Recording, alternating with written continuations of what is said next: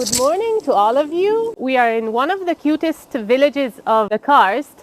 This road connects the Strada Costiera to the center of the village, 2 minutes by car from the first beautiful beach.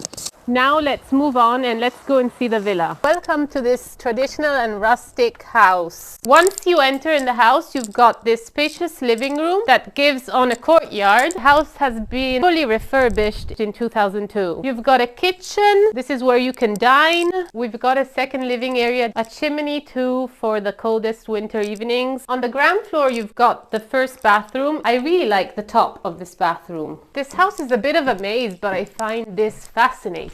The master bedroom is really pretty because gives you access on the balcony facing on the courtyard. Isn't it pretty? And it's really silent. This is a spacious area. You've got a gigantic wardrobe. This is where you can just work. Let me take you to the other room. Up there you've got a double bed. In this gigantic room, sleeping area is separate from the living area. Let me take you to the tavern.